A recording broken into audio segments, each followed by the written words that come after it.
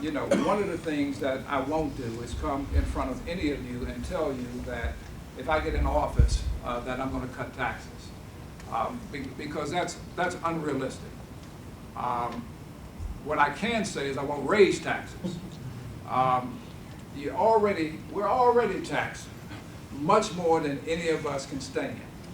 And what we're doing and why taxes are so high is because we don't have the population that we had at one time paying taxes in the city, whether it's on an individual basis or a company basis.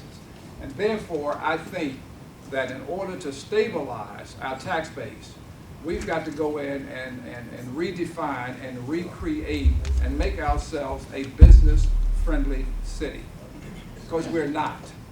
And you know, there's so much red tape and so many hoops that you have to jump through just to get to the right person in city government to give you the answer that you need, that as an investor, time is money.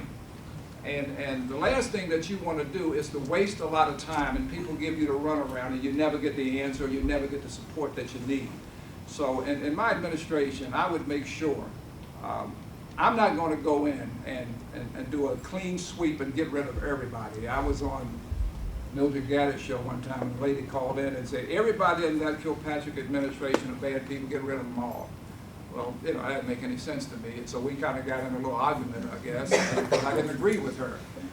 Just because there were problems in the administration doesn't mean that everybody should have that same color, because I don't think that's the case, and that would be not a very, very smart thing to do. There are some good folks in city government, and you need to get in there and analyze and understand who you got and what skills they have. There's no doubt in my mind that I would bring some of my own people in, people that I have confidence in, people that I know are committed to the city and have the skill set that's necessary. Example, we have not been able to determine what our deficit is. I would take day one when I go in and bring me a team of financial experts on a pro bono basis and have them in there for anywhere from 30 to 90 days to really get the books cleaned up so you know what you're dealing with.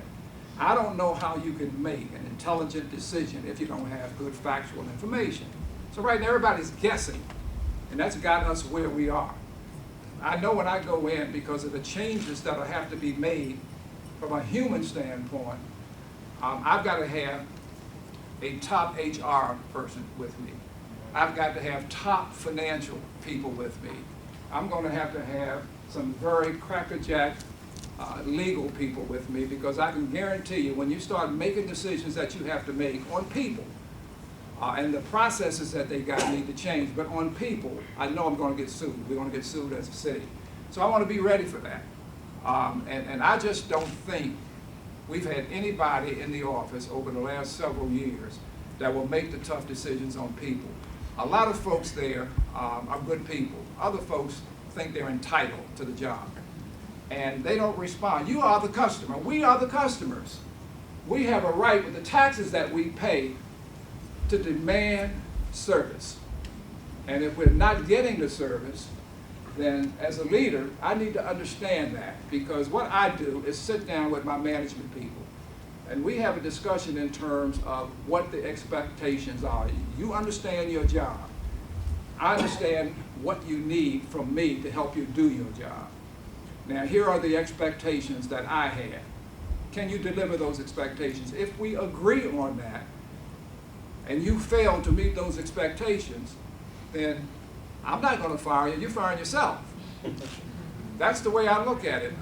In my business, every day, I'm required to service my customer with the amount of parts they need, the time that they need them, the amount that they need, and the quality that they need. If I don't do it, I shut a line down. If I shut a line down, I'm out of business, because my customer has to pay an enormous price for the shutdown of a line. The same thing ought to be true in the city. You're the customer. If we can't respond to what you're paying for, you don't need us.